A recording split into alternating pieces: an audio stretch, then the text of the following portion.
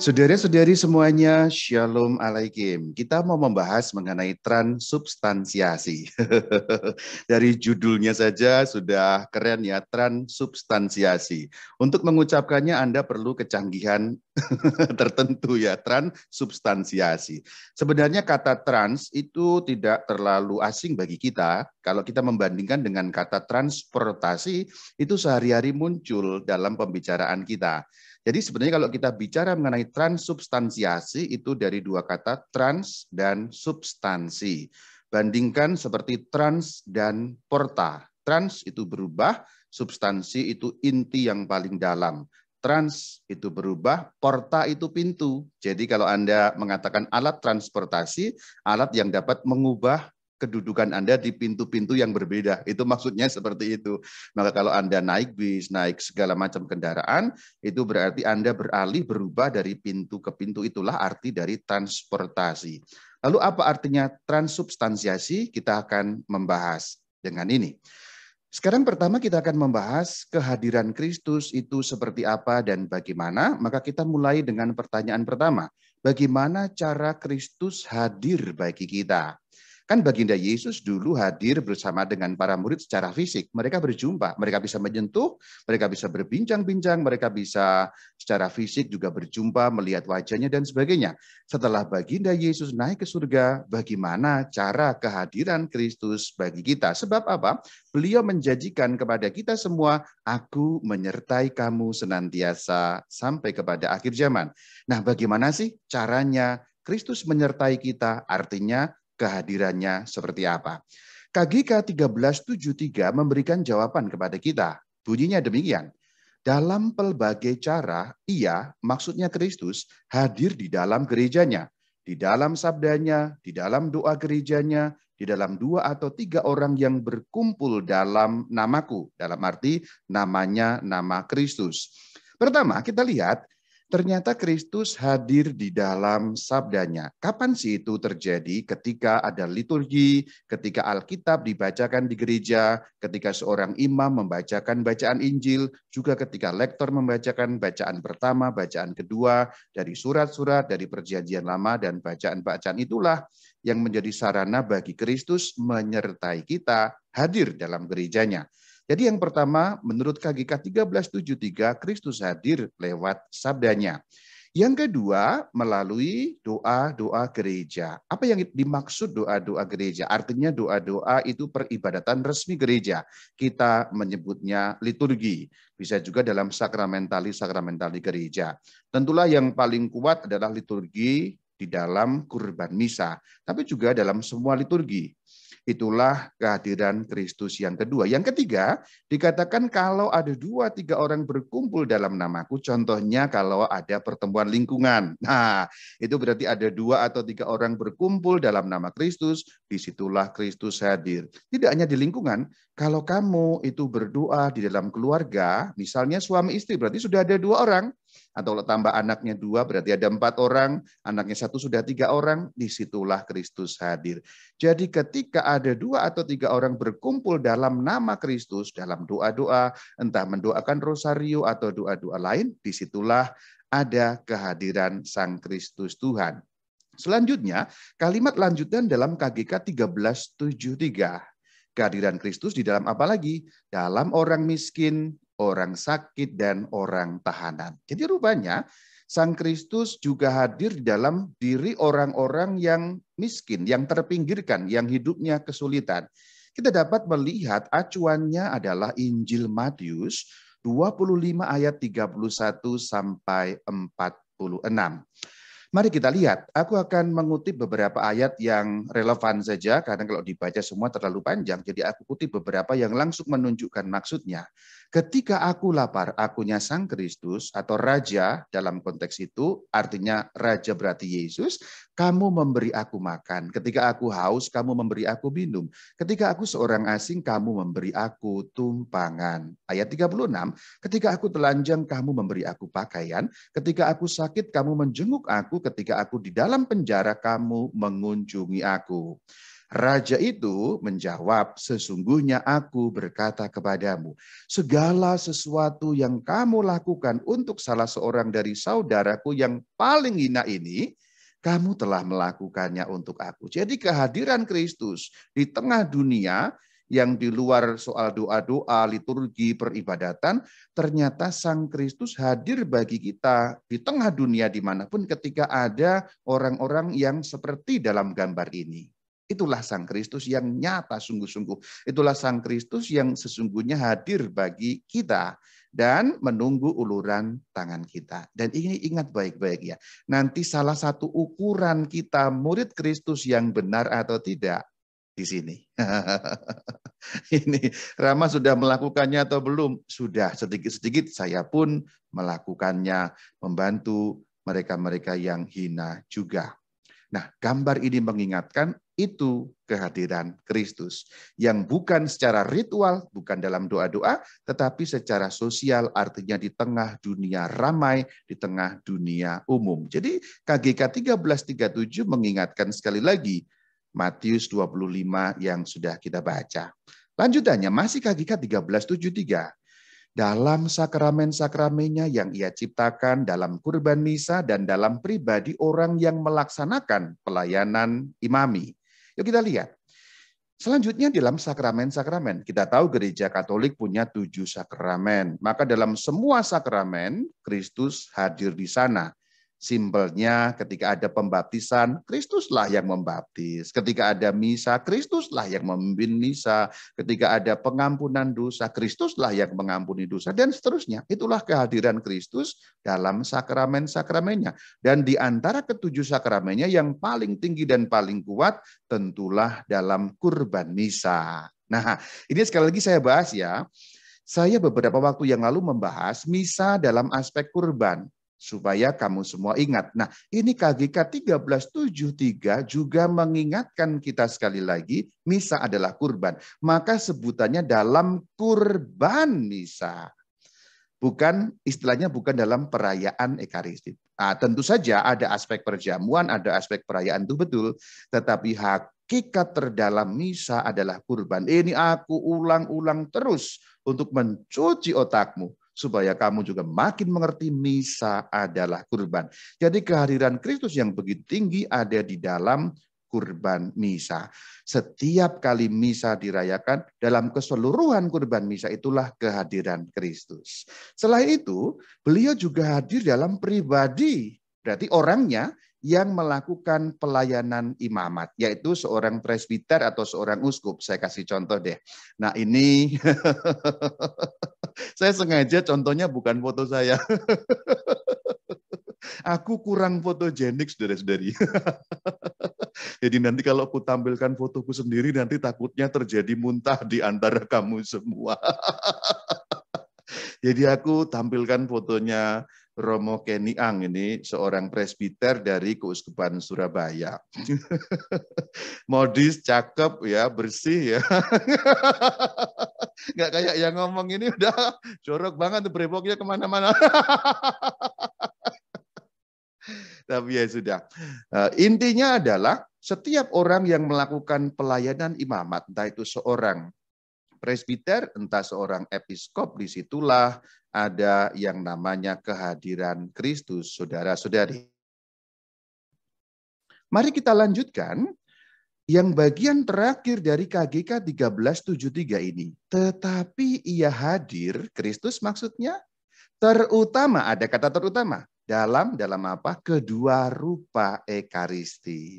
Jadi dalam kehadiran yang dari awal tadi itu banyak disebutkan ini dan itu, tetapi dikatakan iman Gereja Katolik meyakini kehadiran itu terutama. Berarti terutama itu yang paling tinggi di antara yang lain-lain, yaitu dalam kehadiran kedua rupa Ekaristi. Maka ketika dalam misa, hosti suci dan anggur suci, yaitu tubuh dan darah Kristus, itulah sungguh Kristus sendiri. Itulah kenapa kita bertolak dari iman gereja yang tertulis dalam KGK 1373 ini untuk belajar mengenai transubstansiasi. Bagaimana sih kok roti dan anggur bisa berubah menjadi tubuh dan darah Kristus? Maka bagian ini Anda perlu ingat, Kristus hadir terutama dalam kedua rupa Ekaristi. Bukan satu-satunya loh ya. Kita sudah belajar dari KGK 1373. Ada berbagai macam cara Kristus hadir menyertai kita. Tetapi yang paling tinggi, paling unggul, paling agung, paling utama adalah dalam kedua rupa Ekaris. Tapi jangan direduksi bahwa ini satu-satunya kehadiran Kristus. Oh tidak, hanya memang istimewa di antara tipe-tipe kehadiran yang lain yang sudah kita pelajari tadi. Kenapa? Karena realis presensia. Maka di bagian selanjutnya kita meningkat untuk mempelajari realis presensia. Secara mudah, realis itu nyata, presensia hadir atau kehadiran. Jadi realis presensia, kehadiran yang nyata, yang sungguh-sungguh ada bersama dengan kita. Apakah yang lain-lain yang bukan kedua rupa Ekaristi tidak nyata? Nyata juga, tetapi Kristus hadir secara rohani. Contoh ketika pertemuan lingkungan, doa keluarga, itu tidak ada bentuk fisiknya di sana. Tetapi ketika rupa Ekaristi itu hadir dalam kurban misa, maka ada realis presensia. Itulah perbedaannya. Jadi kehadiran Kristus secara istimewa dan senyata-nyatanya, atau dalam bahasa Latinnya realis presensia, ada dalam rupa Ekaristi yang sudah dikonsekrasikan. Ketika sudah dikonsekrasikan menjadi tubuh dan darah Kristus. Maka dalam foto ini ketika sudah dipegang seperti itu, ini saat sebelum hosti diangkat, yaitu saat-saat konsekrasi. Nanti akan dijelaskan lebih lanjut bahwa konsekrasi menjadi titik yang penting adanya kurban tubuh dan darah Kristus. Maka tingkat yang paling luhur dari kehadiran Kristus itu memang ada dalam dua rupa Ekaristi Suci. Itu ditegaskan dengan sangat kuat di dalam KGK 1374. Yuk kita baca. Cara kehadiran Kristus dalam rupa Ekaristi bersifat khas. Jadi khas sekali, berbeda sekali dengan kehadiran dari yang lain-lain tadi itu. Lanjutannya, masih KGK 1374. Kehadiran itu meninggikan Ekaristi di atas semua sakramen, sehingga ia seakan-akan sebagai penyempurnaan kehidupan rohani dan tujuan semua sakramen. Lihat garis bawahnya, yaitu meninggikan Ekaristi di atas semua sakramen. Itulah kenapa Gereja Katolik juga menyebut perayaan Ekaristi atau kurban misa sebagai fons et culmen, sumber dan puncak. Memang sakramen-sakramen semua menghadirkan karunia rahmat. Tetapi paling tinggi di antaranya puncaknya adalah Ekaristi. Justru karena kehadiran yang sangat nyata, realis presensia itu. Bahkan Santo Thomas Aquinas dalam Summa Theologiae sampai mengatakan Ekaristi seakan-akan penyempurnaan hidup rohani. Paling sempurna. Tujuan semua sakramen. Itulah kenapa dalam berbagai macam penerimaan sakramen sering diadakan di dalam perayaan Ekaristi konteksnya. Contoh perkawinan ada dalam konteks perayaan Ekaristi, sakramen tahbisan pun demikian juga. Nah, kalau kita melihat misa memang agung sungguh. Terutama kalau misa itu dirayakan menurut tuntunan yang benar oleh gereja. Memang sayangnya pada zaman sekarang ada banyak misa yang dirayakan dengan liturgical abuse, seenak-enaknya. Seakan-akan misa tontonan atau hanya orang senang-senang atau hanya orang supaya hatinya gembira. Bukan itu semua. Misa, kalau kita datang ke misa bukan untuk cari hiburan atau hati senang atau apa saja, tapi kita mau menyembah Tuhan junjungan kita, dan kemudian mau menerima anugerah suci, yaitu tubuh Kristus sendiri, saudara.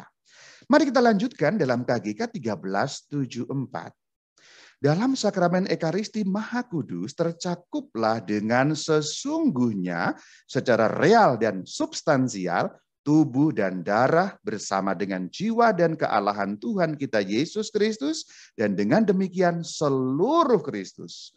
Itu kutipan yang diambil dari Konsili Trente, yaitu dalam KGK 1374. Nah, keputusan Konsili Trente itu dituliskan dalam dokumen DS, artinya itu Denzinger Schönmetzer nomor 1651. Jadi ada satu dokumen yang menyimpan keputusan-keputusan konsili yang bernama DS Denzinger Schönmetzer. Mari kita dalami pelan-pelan ya. Jadi dalam sakramen Ekaristi hadir real dan substansial. Nanti akan dibahas lebih lanjut apa maksudnya real dan substansial. Real, nyata, substansial, inti terdalamnya. Simpelnya begitu dulu. Apa yang hadir? Tubuh dan darah dengan jiwa dan kealahan. Nah, itulah kenapa ketika kita berdoa, doa koronka, selalu disebut begini ya, tubuh dan darah, jiwa dan kealahan. Jadi yang hadir tubuh dan darah Kristus betul-betul bersama dengan jiwa Kristus dan kealahan Kristus. Itulah kenapa dalam tradisi pada zaman dulu-dulu, sekarang agak-agak sayangnya, ya agak-agak hilang, orang setelah selesai komuni berdoa jiwa Kristus, anima Christi. Nah, kalau kamu yang dengar pembicaraan ini dan kemudian ingin mempraktekkan, bagus-bagusnya selesai Ekaristi kamu berdoa, yaitu doa anima Christi. Bersyukur bagaimana jiwa dan kealahan Kristus, tubuh dan darahnya kau terima di dalam kurban suci Ekaristi. Mari kita lihat bahwa tubuh dan darah, jiwa dan kealahan itu artinya apa? Seluruh Kristus. Berarti saudara-saudari, yang kita terima di dalam sepotong hosti suci, satu bulatan itu seluruh Kristus. Setengah bulatan kalaupun dipecahkan kemudian seluruh Kristus. Satu cawan atau satu piala darah suci kalau kita terima, kita sambut seluruh Kristus. 2 tetes seluruh Kristus, 1 tetes kecil seluruh Kristus. Bahkan partikel-partikel kecil di dalam remah-remah hosti suci juga seluruh Kristus. Dan ini dituliskan dalam Konsili Trente yang kemudian masuk di dalam ajaran gereja sekarang dalam KGK 1374. Nanti akan dibahas lebih lanjut bahwa memang potongan-potongan pun seluruh Kristus. Itulah kenapa kalau kita mau menjawab kenapa dalam praktek ritus Latin hanya diterimakan hosti suci. Karena hosti suci pun sudah seluruh Kristus. Nah itu dia saudara-saudari. Maka menerima hosti suci, menerima seluruh Kristus. Menerima darah suci, seluruh Kristus. Sepotong hosti suci, seluruh Kristus. Dan juga setetes darah suci, seluruh Kristus telah kita terima, yaitu tubuh, darah, jiwa, dan kealahan. Artinya, kalau kita terima hosti suci saja, bukan kita tidak terima darah Kristus, bukan tidak demikian. Demikian artinya, yaitu sepotong hosti suci, kita menerima tubuh, darah, jiwa, kealahan Kristus, saudara. Nah ini harus kita pahami di sini. Pemahaman tubuh, darah, jiwa, dan kealahan, ini harus terus kamu dengungkan. Maka dalam doa koronka itu bagus sebenarnya karena mengingatkan iman gereja Katolik mengenai tubuh, darah, jiwa, kealahan Kristus.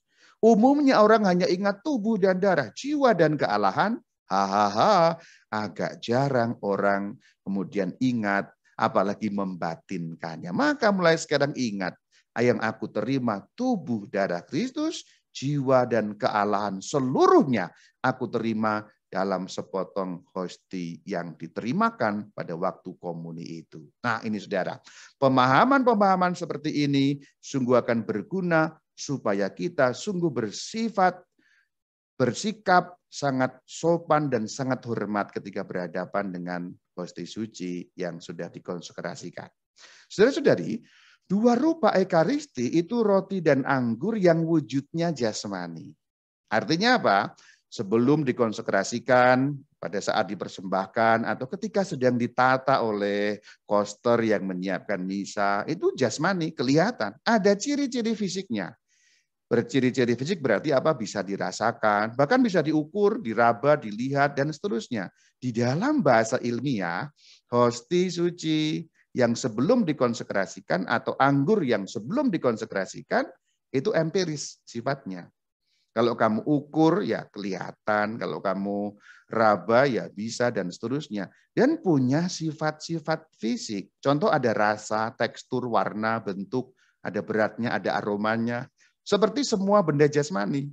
Kalau kamu makan Ya, artinya yang sebelum dikonsekrasikan ya rasanya seperti itu, ada teksturnya mungkin halus, ada yang agak kasar, warnanya putih, agak kekuningan atau putih sekali, bentuknya bagaimana, ditimbang beratnya juga ada. Seperti semua benda lah.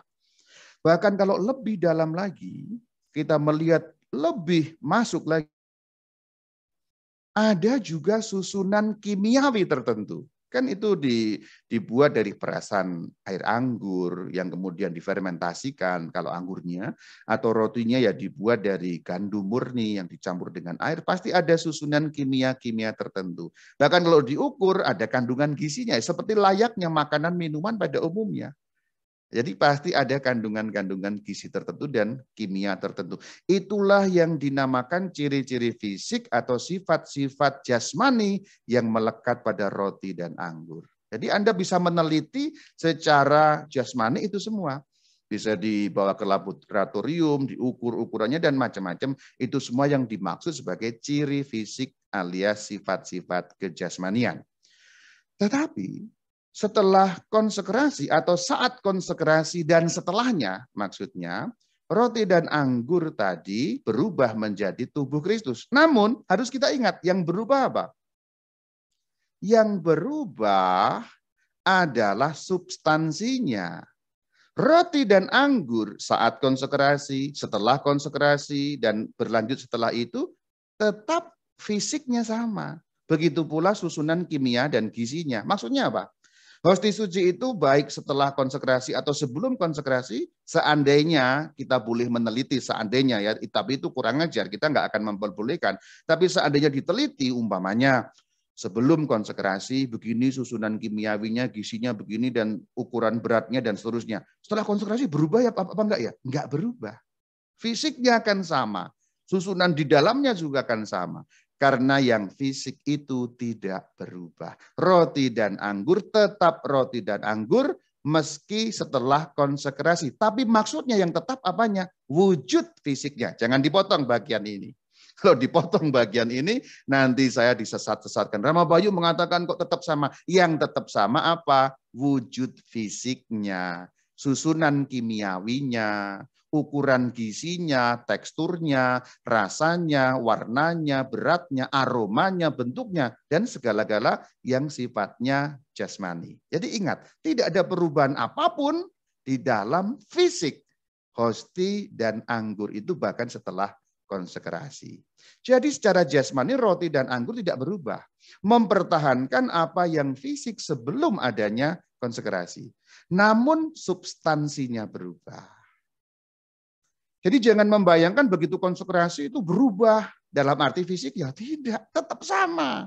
Artinya simpelnya, kita tidak akan bisa membedakan hosti yang sudah dikonsekrasikan atau belum. Bahkan seandainya kamu bawa ke laboratorium misalnya, seandainya itu diizinkan, tapi nggak mungkin diizinkan ya, karena tidak pernah boleh meneliti hosti suci yang telah dikonsekrasikan tentu saja. Nah, bagian ini dipahami ya, yang berubah substansinya. Begitu konsekrasi, ketika didoakan doa epiklesis, ya, didoakan doa epiklesis supaya Roh Kudus turun, kemudian diucapkan kisah institusi, yaitu ucapan langsung Sang Kristus, inilah tubuh, inilah darahku, dan seterusnya itu, maka berubahlah substansi roti dan anggur itu. Nah, kalau Anda paham bahasa filsafat, aksiden dan substansi, bagian ini akan lebih mudah. Karena apa? Pemahaman kita mengenai perubahan substansi hanya dapat dipahami kalau kita tahu mengenai bahasa filosofis, aksiden, dan substansi. Nah, sekarang tegakkan badan, melek. Bagian ini agak sedikit sulit, tapi aku berjanji akan mencoba membuat bahasa Jepang. Karena menurut pemahamanku sampai sekarang, Tuhan menganugerahkan kepadaku lidah seorang murid untuk menjepangkan ajaran yang rumit-rumit. Nah, semoga ini berhasil juga ya. Dengarkan, pasang sabuk pengaman, mari, cus kita berangkat. Ingat ya, aksiden dan substansi. Yuk sekarang kita bahas. Apa itu substansi, apa itu aksiden? Dibunyikan saja dulu. Ayo, yang Anda mendengarkan sambil mengucapkan substansi, aksiden. Bersama denganku, yuk. Substansi, aksiden. Substansi, aksiden. Oke, terima kasih. Aksiden roti dan anggur, simpelnya bahasa Jepangnya adalah ciri-ciri fisik. Senyawa kimia di dalamnya, materi gizinya. Jadi sebenarnya itulah aksiden. Ciri fisiknya apa tadi yang sudah kita sebut secara jasmani, senyawa kimianya itu juga kan jasmani, materi gizi itu kan juga jasmani. Yang luar-luar itulah yang jasmani, yang fisik, itulah yang disebut sebagai aksiden. Substansi roti dan anggur adalah intisari yang terdalam, identitas yang terdalam yang paling unik dari roti dan anggur. Nah, yang berubah itu bukan aksidennya, bukan ciri fisiknya, bukan senyawa kimianya, bukan ukuran gizinya, bukan. Tetapi identitas yang terdalamnya itulah yang berubah. Intisari roti dan anggur itulah yang berubah. Nah, itulah transubstansiasi. Jadi saat konsekrasi itulah yang berubah. Masih pusing Rama. Oke, mari kita perjelas dengan beberapa contoh yang mencoba menjepangkan soal ini. Namun sebelumnya kita akan lihat bagaimana KGK mengajarkannya kepada kita. Secara substansial berarti menurut substansinya, saat dan berlangsung setelah konsekrasi, roti dan anggur adalah tubuh dan darah Kristus. Jadi mulainya kapan sih? Mulainya roti dan anggur berubah menjadi tubuh dan darah Kristus, yaitu saat konsekrasi. Yuk kita lihat KGK 1377. Kehadiran Kristus dalam Ekaristi mulai dari saat konsekrasi dan berlangsung selama rupa Ekaristi ada.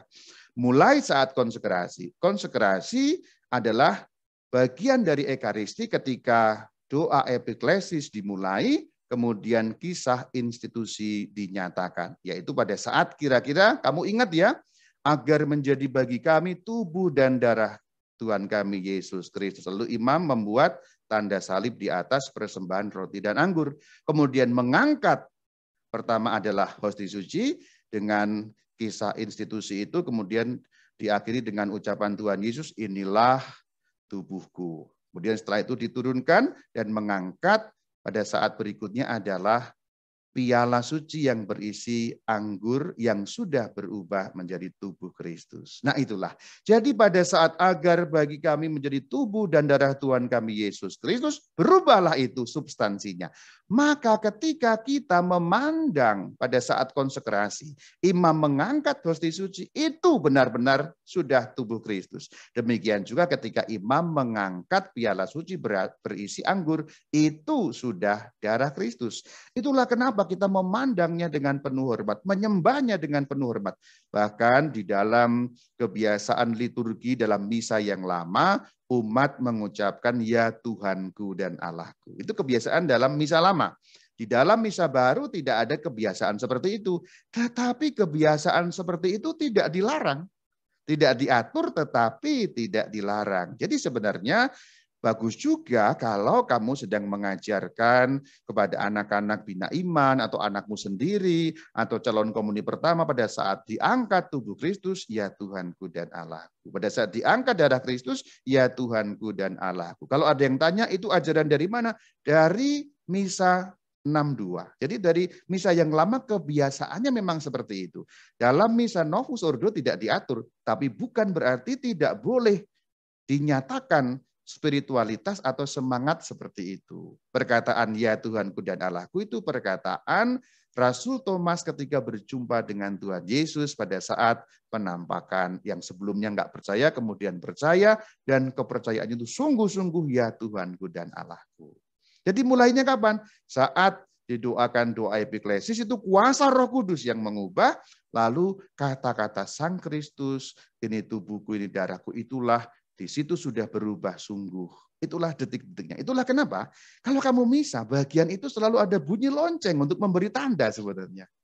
Jadi ketika agar menjadi bagi kami cering, itu lonceng, kalau kamu bisa mendengar, bunyinya nggak hanya cering, tapi berubah.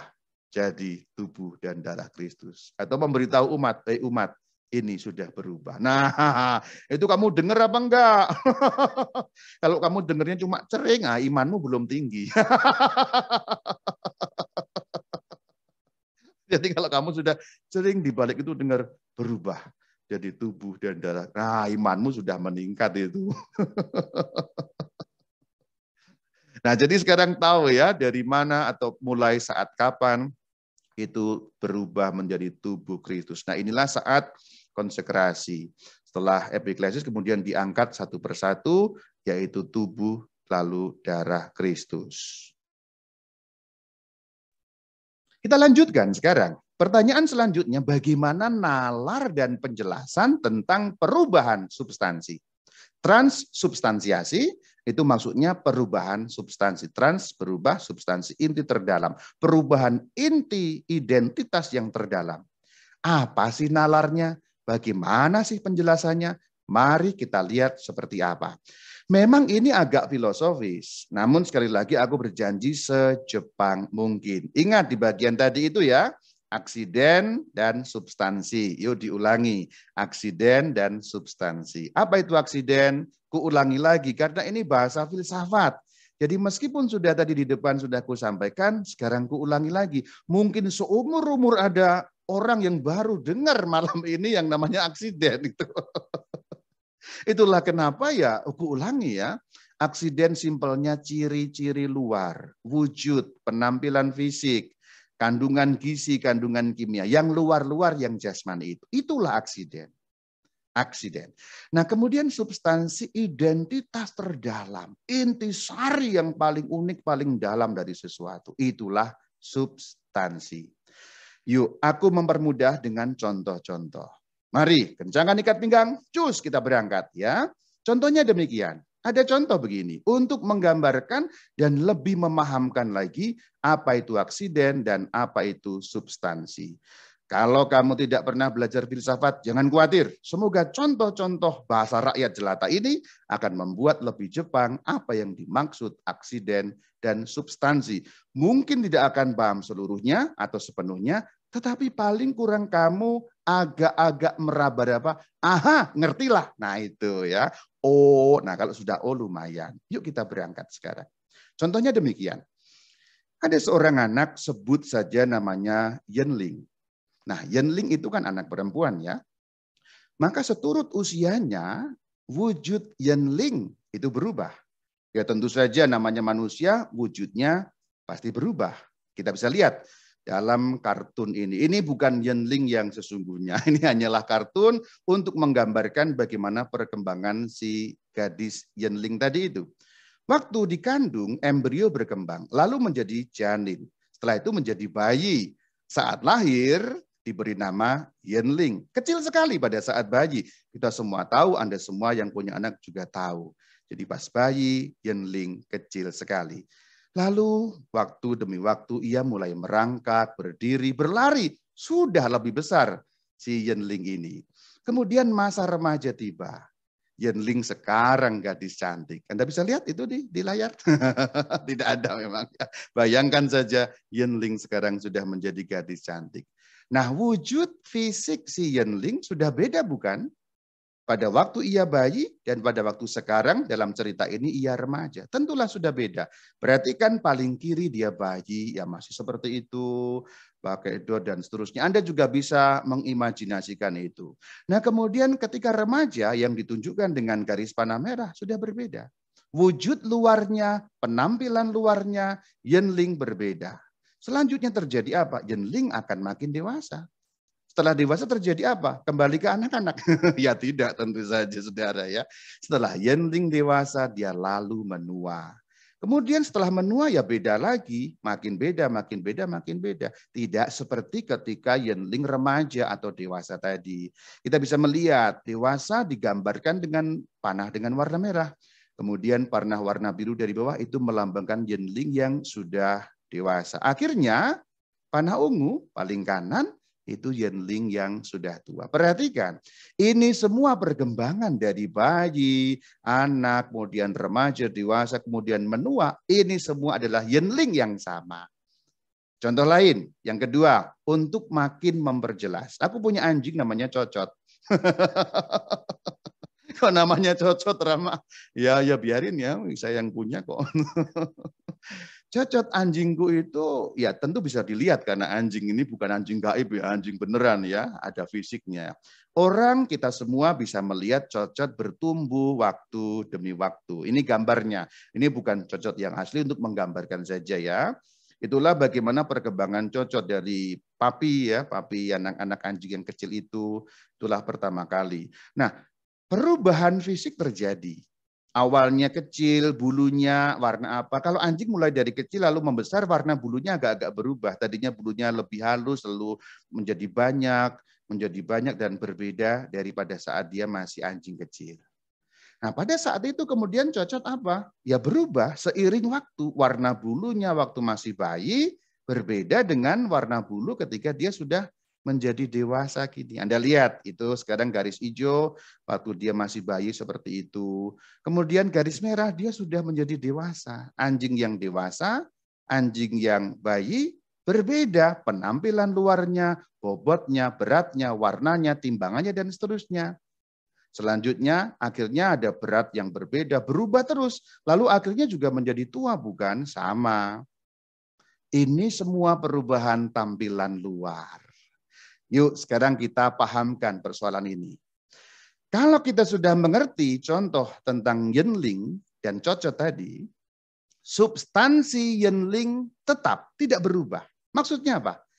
Yenling bayi adalah Yenling remaja juga. Adalah Yenling dewasa, adalah Yenling tua juga.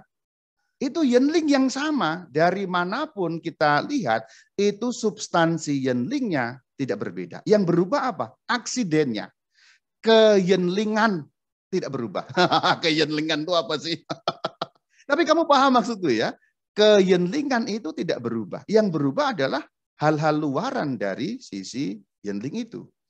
Secara substansial dia Yenling yang sama. Ketika dia baru lahir hingga ia berusia 50, ia tetap Yenling yang sama. Namun aksidennya berubah, ciri-ciri luarnya berubah. Sama, anjingku Cocot juga seperti itu. Jadi kalau kamu lihat sekali lagi gambar ini, yang bayi, yang anak, yang remaja, yang dewasa, yang menua, dan yang tua, ini Yenling yang sama secara substansi.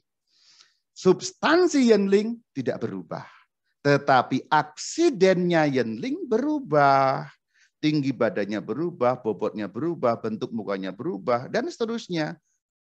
Sisi-sisi luarnya itu berubah. Itulah kategori-kategori filsafat yang membantu untuk menjelaskan transubstansiasi. Sampai di sini semoga kamu paham. Ini Yenling yang sama. Manapun yang kita tunjuk ini Yenling yang sama secara substansi. Loh kok beda, kok Rama? Kelihatannya kok beda? Yang beda aksidennya. Aksidennya saja yang berbeda. Sekali lagi, semoga pemahaman filosofis ini kamu tangkap. Memang tidak banyak orang yang biasa dengan bahasa filsafat. Tapi dengan contoh-contoh berikut, kiranya kamu mulai paham apa yang dimaksud aksiden, apa yang dimaksud dengan substansi.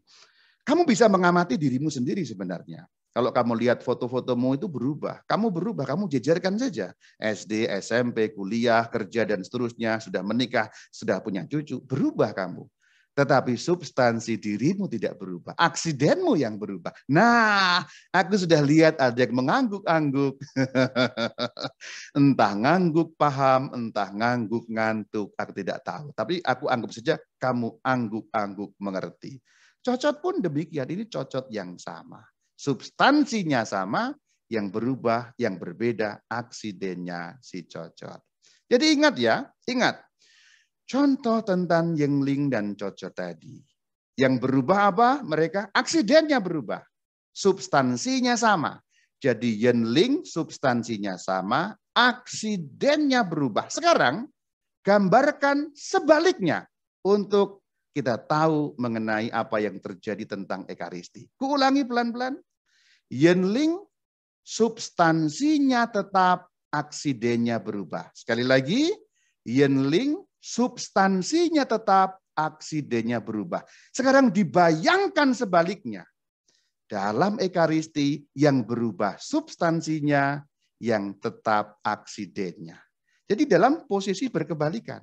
Itulah transubstansiasi. Secara filosofis ini dapat dibayangkan. Meskipun secara praktis atau secara teknologis kamu sulit membayangkan, kita sulit membayangkan, ya oke lah. Bagaimana perubahan substansi? Yaitu memang kita menemui kendala. Tetapi secara filosofis ini masuk akal, nalarnya ada dan dapat dijelaskan dengan cara seperti ini. Ya, sampai di sini semoga kamu paham yang dimaksud transubstansiasi. Sekali lagi supaya makin paham. Yenling substansinya tetap, aksidennya berubah.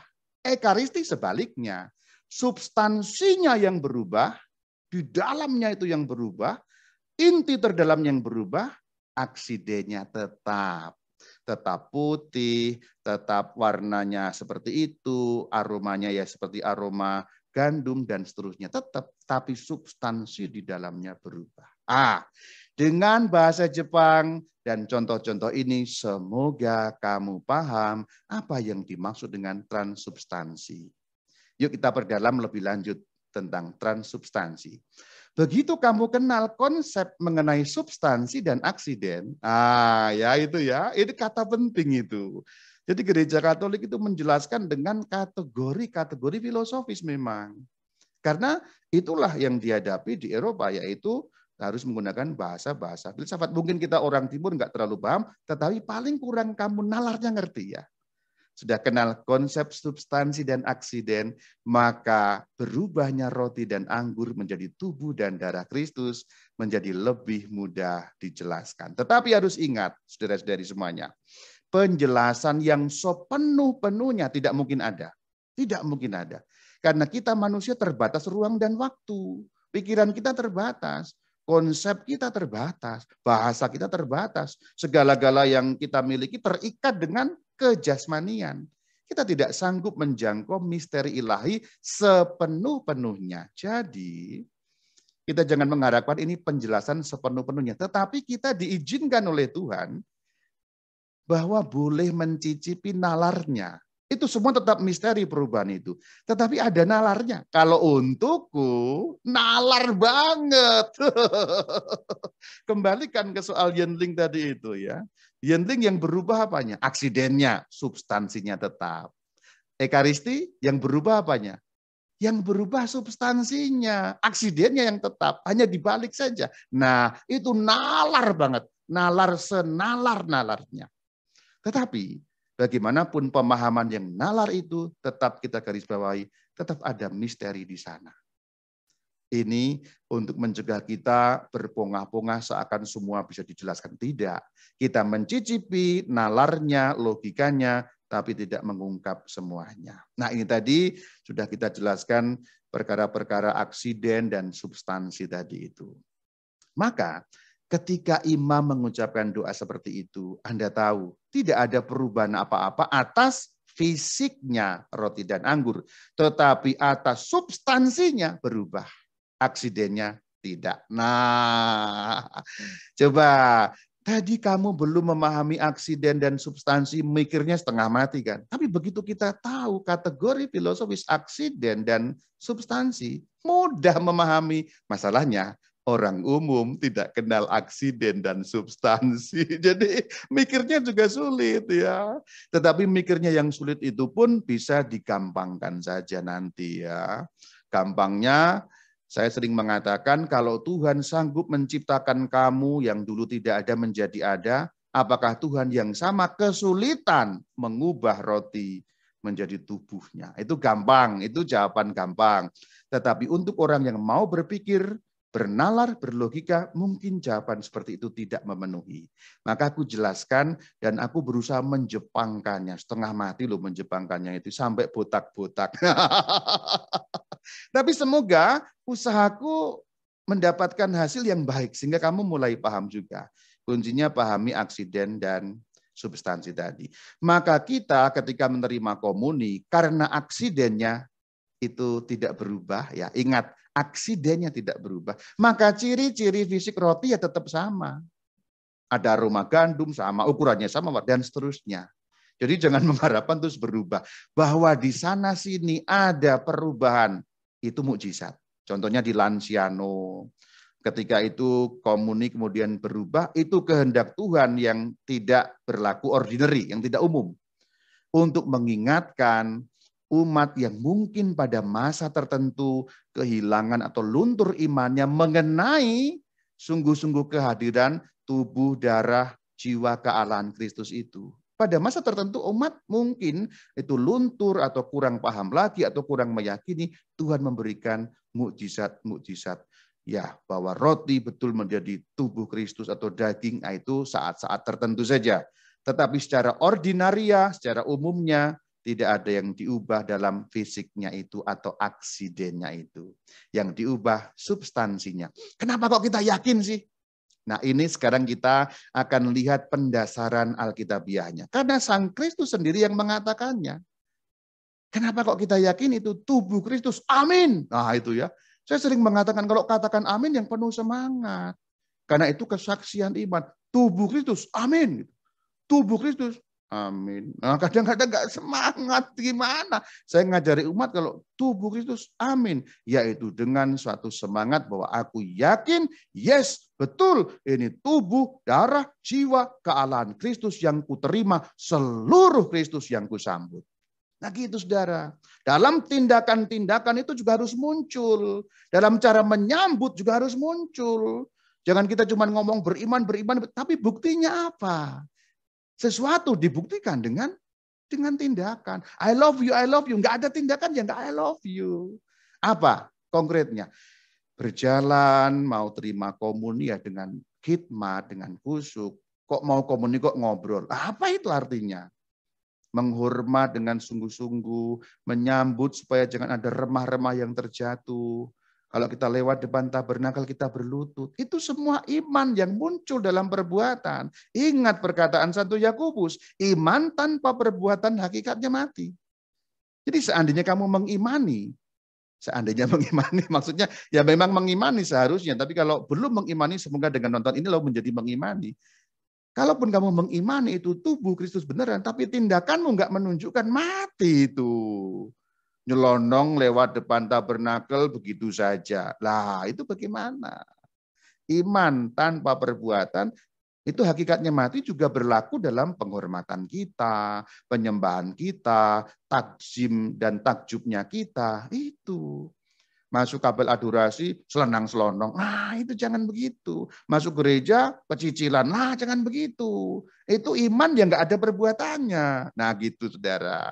Aku kalau sudah mulai gini berapi-api karena ini sesuatu yang penting dan menjadi pokok dari inti iman kita mengenai Ekaristi. Kembali ke laptop. Kenapa kita meyakini itu diubah betul? Jaminannya firman-Nya Kristus sendiri. Kalau kita melihat di dalam Matius 26 ayat 26 dan paralelnya, itu benar dikatakan inilah tubuhku, benar-benar tubuhnya, bukan lambang, bukan simbol. Yuk kita lihat. Matius 26 ayat 26. Ketika mereka sedang makan, Yesus mengambil roti. Perhatikan, yang diambil roti. Mengucap syukur, memecah-mecahkannya lalu memberikannya kepada murid-muridnya dan berkata, jadi roti, ambillah makanlah, inilah tubuhku. Ayat ini tidak perlu ditafsirkan yang macam-macam, jelas. Yang diambil roti, yang dipecah roti, yang diberikan roti, Yesus mengatakan inilah tubuhku. Maka kalau ada kelompok atau sekte yang mengatakan itu cuma simbol, nah bagaimana menjelaskan Matius 26 ayat 26 ini dan ayat-ayat paralelnya? Apa maksudnya yang paralel, yang sama dan senada yang ada di Injil sinoptik, yaitu Markus dan Lukas, kedua Injil yang lain selain Matius. Itu maksudnya. Bagaimana menjelaskan ini? Yang diambil roti, yang dipecah roti, yang diberikan kepada murid roti. Tetapi yang dikatakan ini tubuhku. Ini jelas sekali.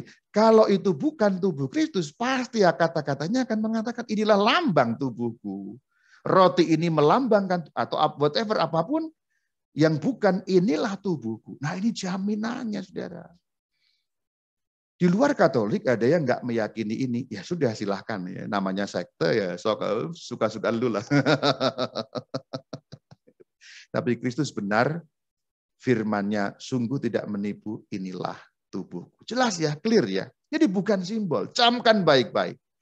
Camkan baik-baik. Kalau kamu lupa ini sungguh tubuh Kristus, dengan pengajaran ini kembalikan imanmu. Bahwa itu bukan lambang, bukan tanda, bukan simbol. Tetapi apa? Ulangi kata-kataku. Tubuh, darah, jiwa, kealahan Kristus seluruhnya. Ulangi kata-kataku. Tubuh, darah, jiwa, kealahan Kristus seluruhnya. Ulangi lagi. Tubuh, darah, jiwa, kealahan Kristus seluruhnya. Rama kok berapi-api? Ya iya, ini iman kita yang inti. Yang dipercayakan kepada kita, yang diwasiatkan. Kan Tuhan mengatakan perbuatlah ini. Selain Tritunggal, ini bagian yang penting juga. Nah gitu. Jangan sampai luntur, ini sungguh-sungguh wasiat Kristus bagi kita.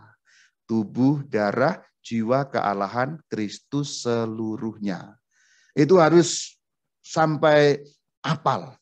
Merasuk ke dalam pikiran, ke dalam jiwa, kalau perlu sampai ngelindur. Setelah mendengarkan video ini, kamu kemudian bisa ngelindur. Tubuh, darah, jiwa, kealahan Kristus seluruhnya.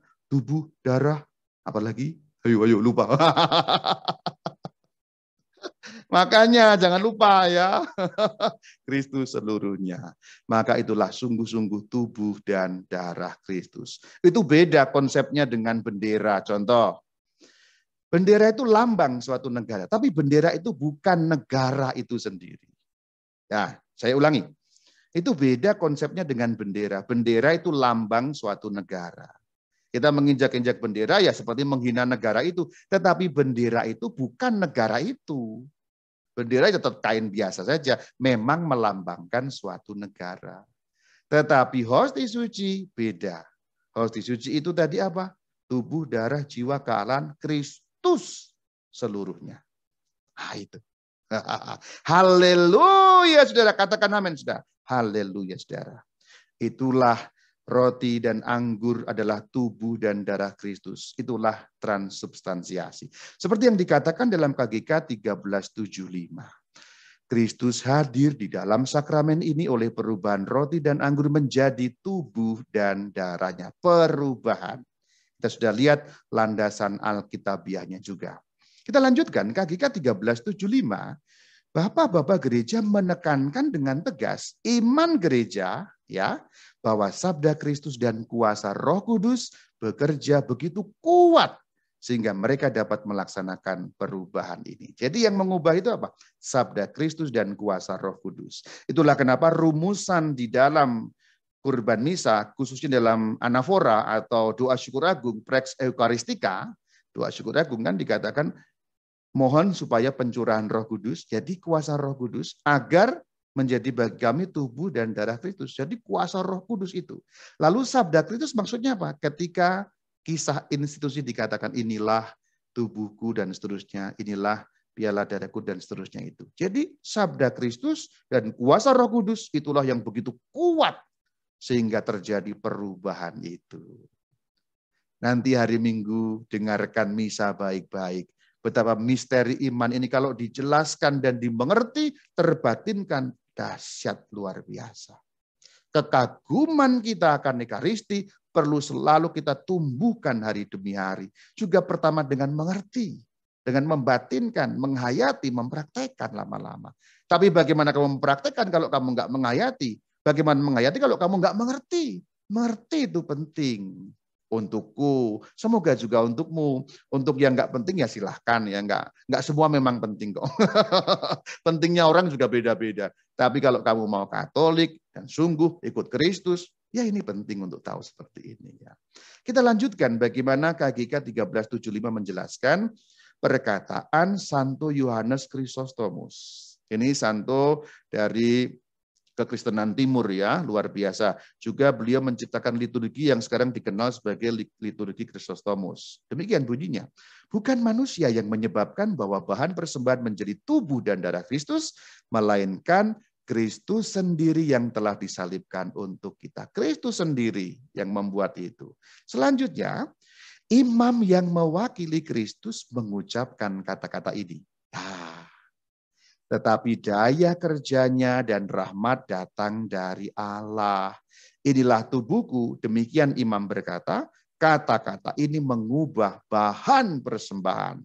Jadi ini dari Bapak gereja sama imannya persis seperti yang diimani gereja Katolik sampai hari ini. Jadi imam mewakili, jelek-jelek bibirku, mulutku, suaraku dipakai oleh Tuhan Yesus menjadi wakilnya di dunia. Betapa bahagianya kan? Coba. Pak Firdi enggak begitu. Tapi Rama Bayu meskipun lebih ganteng Pak Firdi, mulutnya Rama Bayu dipinjem.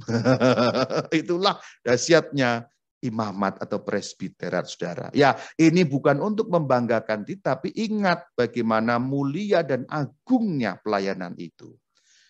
Ya, kita juga tidak bisa membanggakan diri para imam ini. Karena apa? Daya kerja dan rahmat datang dari Allah. Kalaupun itu diucapkan kata-kata itu bukan karena kata-kataku yang sakti, tapi karena Kristus, itulah kata-kata Kristus yang meminjam mulut imam, kira-kira begitu. Jadi kata-kata Kristus, kata-kata ini maksudnya kata-kata Kristus yang meminjam mulutnya seorang imam gitu. Jadi yang mengubah Kristus sendiri, bukan kok imamnya sakti, simsalabim, bah, bukan ya. Ini dia. Tapi dengan mempelajari seperti ini aku juga makin mendalami, menghayati betapa agung sakramen tahbisan presbiterat itu. Haleluya, saudara. Haleluya, saudara. Katakan amin yang setuju. Bagian selanjutnya.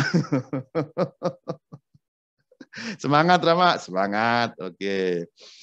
Bagian selanjutnya kita akan bicara mengenai benar, nyata, dan substansia. Semoga Anda belum pusing. Tapi ini akan melengkapi bagaimana pemahaman Anda mengenai transubstansiasi. Pasti kenal ya lagu ini ya. Coba baca itu. Sekarang saya kasih kesempatan untuk membaca ayatnya. Apal ya? Tahu ya? Allah yang tersamar di kau ku sembah, sungguh tersembunyi roti wujudnya. Tahu ya? Nah, itu isinya ajaran gereja mengenai sakramen Maha Kudus. Allah yang tersamar. Nah, di dalam rupa Ekaristi, Yesus Kristus hadir sungguh dan sepenuhnya. Dengan apanya? Tadi ayo sambil berem. Tubuh, darah, jiwa, kealahan, Kristus sepenuhnya. Namun kehadirannya tersembunyi. Maksudnya ya kita nggak bisa lihat Kristus benar-benar tersembunyi di balik roti suci. Tapi yang kita lihat itu roti, tapi di dalam itu sungguh Kristus. Substansinya sudah berbeda. Nah itu. Maka gereja mengatakan Allah yang tersamar. Karena kok yang kita lihat kok hanya roti. Itulah kenapa ada perkataan indera tak mencukupi. Kalau kita menyanyikan pada waktu adorasi itu. Indera tak mencukupi. Karena memang yang kita lihat roti. Karena kita juga perlu pengertian seperti ini untuk memahami transubstansiasi. Bahkan memerlukan apa? Ilmu filsafat. Ya berarti sekarang pendengar katkizon Anda paham filsafat paling enggak mengenai substansi dan aksiden. Katakan amin haleluya saudara. Amin haleluya saudara. Nah terkait dengan kehadiran Kristus ada 3 hal yang perlu kita perhatikan. Benar, nyata, substansial. Kita bahas mengenai benar maksudnya apa? Benar maksudnya bukan simbol. Benar-benar itu maksudnya. Sungguh-sungguh. Bukan simbol. Kembali ke soal bendera tadi. Aku kasih contoh yang sebaliknya. Lampu tabernakal itu contoh yang sebaliknya. Itu simbol saja. Lampu yang menyala menandakan ada kehadiran Kristus dalam tabernakal. Tapi tubuh Kristus bukan hanya menandakan. Itulah Kristus seluruhnya. Ingat kalimat KGK apa? Tubuh, darah, jiwa, kealahan Kristus seluruhnya. Kristus seluruhnya itu penting sekali. Kalau lampu tabernakal menyala itu bukan Kristus, menandakan, menyimbolkan. Tapi roti suci itu Kristus, bukan simbol kehadiran Kristus. Nyata maksudnya apa? Nyata itu tidak bergantung pada pikiran dan perasaan orang yang melihat atau yang mengalaminya. Maksudnya apa? Kristus tetap nyata ada di sana, di tabernakal contohnya. Meskipun orang tidak beriman atau orang tidak yakin mengenai kehadirannya. Seandainya ada orang yang bukan Katolik, selonang-selong di depan tabernakal, apakah kemudian Kristus tidak hadir? Hadir. Orang itu percaya enggak? Enggak percaya. Tapi percaya atau tidak? Tidak ada masalah. Katakan saja, seandainya ada orang Katolik yang tidak percaya kehadiran Kristus dalam sakramen suci. Tapi Kristus tetap hadir. Kamu percaya atau tidak, Kristus seluruhnya ada di sana. Jadi kehadiran yang nyata, kata kuncinya nyata, tidak bergantung pada apapun di luar dirinya. Analogi, virus. Ya, kita kan baru saja mengalami pandemi ya, ekornya masih ada sekarang ya.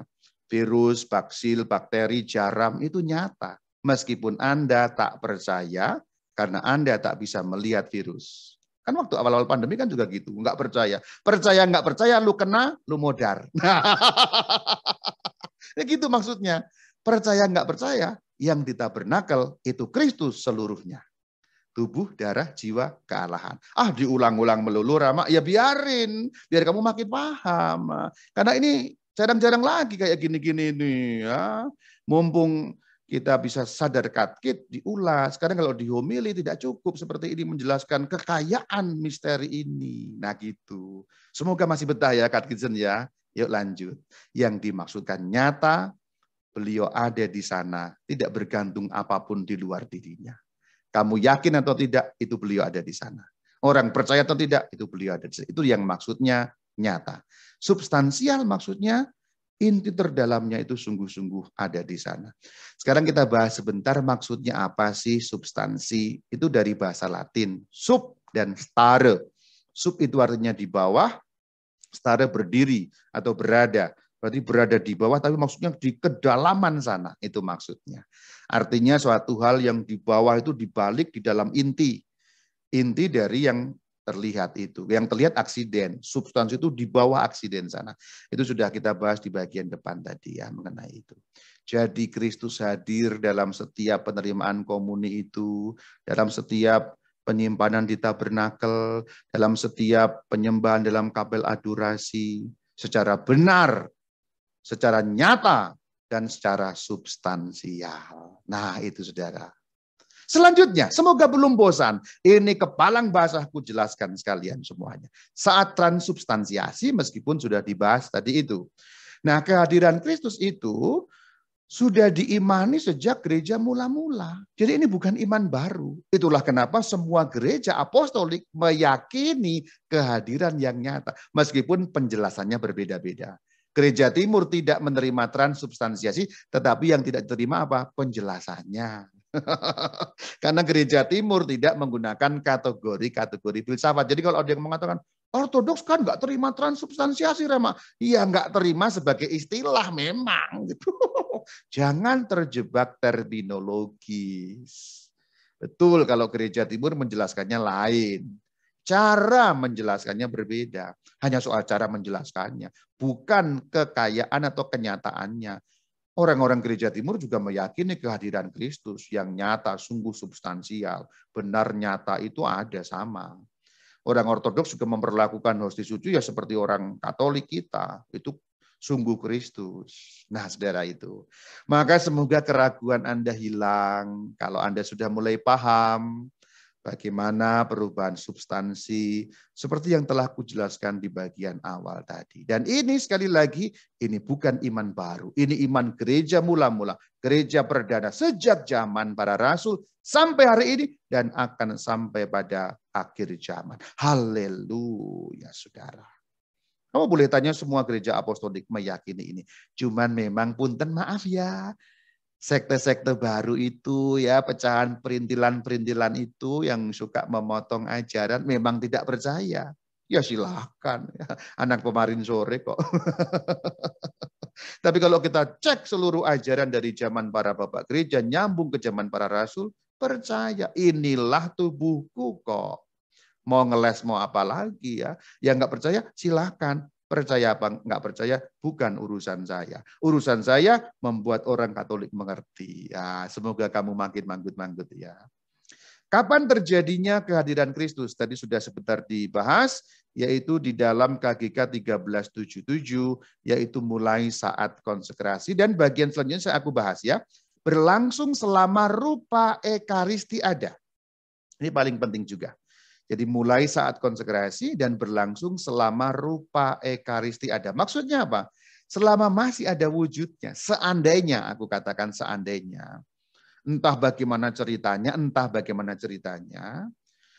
mungkin di tabernakel di stasiun yang mungkin lama pastornya nggak ke sana, ternyata yang di tabernakel itu kemudian hostinya hancur nggak karuan, entah bagaimana dimakan binatang atau bagaimana entah hilang wujudnya, yaitu tidak ada lagi kehadiran Kristus di sana. Maksudnya selama rupa Ekaristi itu ada, itu maksudnya masih berbentuk seperti semula atau bahasa gampangnya yang masih berbentuk makanan. Yaitu roti itu kan makanan itu.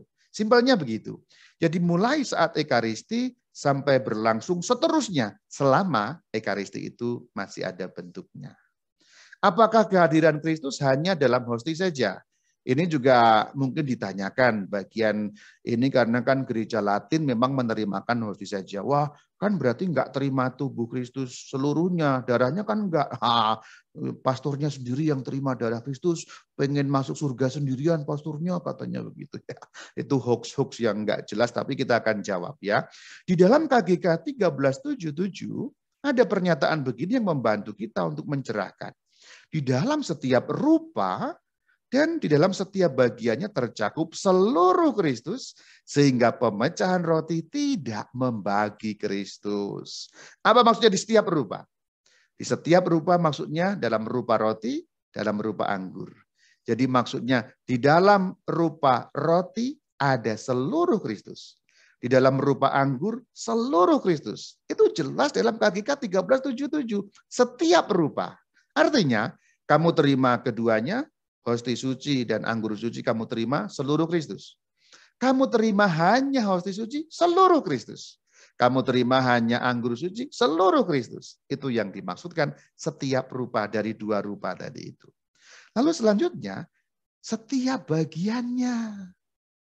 Apa maksudnya setiap bagiannya? Kalau dibagi-bagi itu masih seluruh Kristus. Hosti satu umpamanya beberapa kali terjadi juga umatnya membludak kurang. Satu hosti untuk dua orang dipecah jadi dua. Setengah hosti bukan setengah Kristus. Seluruh Kristus. Bahkan seperempat hosti sekecil apapun seluruh Kristus. Itu yang dimaksud setiap bagiannya. Partikel-partikelnya itu pun seluruh Kristus. Itulah kenapa pemecahan roti tidak membagi Kristus. Kan roti dipecah pada saat Agnus Dei. Bukan berarti Yesus dipotong-potong, itu seluruh Kristus pecahannya itu. Seperti itu kurang lebihnya. Gambarannya aku yang suka ini ya, cermin ya. Cermin itu kalau kamu pecah jadi 5, masing-masing berdiri sendiri. Jadi cermin kamu pecah, dalam setiap pecahan kamu ngaca, kamu utuh di sana. Kira-kira begitu. Ini gambaran asal tapi bisa membantu. Dipecah Kristusnya jadi 5, dipecah Kristusnya maaf salah ya. Dipecah roti suci itu menjadi 5, setiap pecahan atau bagian itu Kristus seluruhnya. Nah, kira-kira begitu maksudnya. Itulah kenapa kita harus meyakini sekecil apapun yang kita terima, itu seluruh Kristus. Apa tadi bagian depan? Tubuh, darah, jiwa, kealahan seluruh Kristus. Ini penting loh, rumus penting loh. Kamu selesai mendengarkan video ini nggak bisa paham itu atau nggak hafal? Wah, awas ya. Harus hafal ya. Tubuh, darah, jiwa, kealahan seluruh Kristus. Epilog. Di bagian terakhir aku akan mengulas bagaimana penghormatan kita perlu muncul dan bagaimana Konsili Trente menyimpulkan iman Katolik. Menurut KGK 1376, Konsili Trente menyimpulkan iman Katolik dengan menjelaskan karena Kristus penebus kita mengatakan bahwa apa yang ia persembahkan dalam rupa roti adalah benar-benar tubuhnya, maka di dalam gereja Allah selalu dipegang teguh keyakinan ini. Jadi benar-benar tubuh Kristus. Rupa roti itu benar-benar tubuh Kristus. Maka dipegang terus. Dipegang dari zaman para rasul. Dan konsili suci ini, konsili yang dimaksud, konsili Trente yang dikutip di bagian awal tadi, menjelaskannya kembali. Ya, oleh konsekrasi roti dan anggur terjadilah perubahan seluruh substansi roti ke dalam substansi tubuh Kristus Tuhan kita. Selanjutnya, seluruh substansi anggur ke dalam substansi darah Kristus. Perubahan ini oleh Gereja Katolik dinamakan secara tepat dan dalam arti yang sesungguhnya perubahan hakiki atau istilah latinnya transubstansiasi. Jadi di mana kita akan menemukan istilah transubstansiasi? Di dalam KGK 1376 yang tertulis juga di dalam dokumen DS 1642 dan Singer-Sonmatcher. Jadi istilah transubstansiasi sungguh merupakan ajaran gereja Katolik, terutama ritus Latin. Memang gereja Katolik yang timur memiliki penjelasan sendiri, tapi mereka juga menerima iman mengenai transubstansiasi. Nah inilah dia Bapak Paus kita luar biasa. Bagian terakhir aku akan membahas penghormatan kepada Ekaristi. Ini sangat praktis dan semoga menggugah supaya kita bisa mendidik, melatih diri, dan melatih anak-anak kita semuanya. Dalam KGK 1378, penghormatan kepada Ekaristi. Di dalam liturgi misa, kita menyatakan iman kita bahwa Kristus sungguh hadir dalam rupa roti dan anggur, antara lain dengan berlutut atau menundukkan diri sebagai tanda penyembahan. Maka lewat depan tabernakel jangan selonang-selonong, jangan jadi selonong boy, selonong girl. Berlutut, menundukkan diri itu tanda penyembahan kepada Tuhan. Hormatlah. Jangan cuma iman di pikiran. Kalau enggak ada perbuatannya, ku katakan mati. Seperti Rasul Yakobus katakan, saudara. Nah itu, praktekkan dengan sungguh-sungguh. Kalimat lanjutannya masih KGK 1378. Gereja Katolik menyembah Ekaristi Kudus tidak hanya selama misa, tetapi juga di luar perayaan misa. Kalau ia menyimpan hosti yang telah dikonsekrasikan dengan perhatian besar. Jadi juga di luar misa. Itulah kenapa kita menyimpan hosti suci. Karena apa? Ingat di bagian depan tadi. Kehadiran Kristus berlangsung mulai dari saat konsekrasi sampai seterusnya selama rupa Ekaristi itu ada. Maka disimpan. Kenapa? Karena itu Kristus seluruhnya. Juga di luar perayaan Ekaristi. Maka ada penyimpanannya. Maka kita kenal namanya tabernakulum, tabernakel. Ya itulah tempat untuk menyimpan hosti suci Kristus seluruhnya. Kalimat lanjutannya, menahtakannya untuk disembah oleh umat beriman secara meriah dan membawanya dalam prosesi. Dalam penahtaan itu dalam apa? Ya sekarang kita umum dalam adorasi. Adorasi artinya penyembahan. Nah itulah ada kapel adorasi, ditahtakan dalam monstran sehingga orang datang untuk melakukan penyembahan atau adoratio. Juga di dalam perayaan-perayaan tertentu, contohnya sebenarnya ya aslinya, ketika kita merayakan hari raya tubuh dan darah Kristus, ada prosesi. Semoga nanti makin umum di Indonesia, tapi saya nggak tahu bagaimana teknisnya, karena kalau arak-arakan gitu mungkin ya nggak tahu bagaimana konteks sosial politiknya bagaimana gitu ya. Jadi sebenarnya selain Minggu Palma, prosesi kita juga laksanakan pada saat apa? Hari Raya Tubuh dan Darah Kristus. Kalau Minggu Palma, prosesi Palma. Hari Raya Tubuh dan Darah Kristus, prosesi untuk apa? Untuk mengarak sakramen Maha Kudus untuk dihormati atau disembah orang melakukan adoratio. Nah ini kalau di luar negeri ya sudah biasa seperti itu ya. Seperti itu kurang lebihnya ada yang bahkan membawa seperti itu payung atau tenda dan diarak seperti itu. Bagian terakhir, aku meminta setiap orang yang mendengarkan video ini, wahai katekisten, didiklah, latihlah dirimu. Untuk apa? Jangan hanya imanmu itu hanya di pikiran dan perasaan saja, tapi sungguh-sungguh muncul dalam perbuatan. Perbuatan yang apa? Yang menegaskan imanmu bahwa dalam hosti suci, dalam darah suci itu ada tubuh, darah, jiwa, kealahan seluruh Kristus. Kamu lewat depan tabernakel berhadapan dengan seluruh Kristus. Maka latih, didik dirimu untuk apa? Kurang lebih seperti ini. Perhatikan gambar ini. Di seberang sana, di jalan itu, mungkin nggak terlalu jelas, tapi aku bisa menjelaskannya. Itu perarakan sakramen Maha Kudus melewati jalan-jalan kota tadi. Orang yang di pinggirnya berlutut. Perhatikan bagaimana taksimnya dia. Bagaimana takjubnya dia. Ketika seluruh Kristus lewat di hadapannya, maka dia berlutut. Kenapa? Karena yang lewat bukan roti. Yang lewat seluruh Kristus. Tubuh, darah, jiwa, kealahan seluruh Kristus. Maka didik dirimu dan latih. Karena apa? Pendidikan dan pelatihan penting. Kalau kita nggak melatih setting otak kita, nggak melatih badan kita untuk melakukan itu, nggak mungkin. Karena manusia perlu dilatih. Supaya ketika Kristus hadir kita sungguh ada penyadaran dan melakukan juga seperti ini. Kamu lihat, ini orang-orang Barat, bukan orang-orang Indonesia. Berlutut dengan takjub, berlutut dengan taksim ketika di jalan raya diarak bagaimana tubuh Kristus dalam hostia suci itu lewat di hadapan mereka. Pesan terakhir, bukan mau mati ya. Pesan terakhir dalam session ini, didiklah dirimu, latihlah dirimu. Dalam hal ini, dalam hal penyembahan, penghormatan kepada sakramen Maha Kudus seluruh Kristus, juga berlaku iman tanpa perbuatan adalah mati. Kalau kamu masih gegabah mendekati tabernakel, gegabah masuk gereja, imanmu mati, kukatakan dengan sesungguhnya. Sebab itu, berlatihlah agar sikap-sikap taksim, takjub seperti ini ada padamu. Dan untuk itu, perlu melatih. Sekarang kamu sudah mengerti, tinggal latihannya dipraktekkan sehari-hari. Turunkan kepada anakmu, kepada cucumu, kepada setiap orang yang kau ajar, bina iman siapapun saja. Semoga kamu semua yang mendengarkan pengajaran ini terberkati. Shalom alaikum.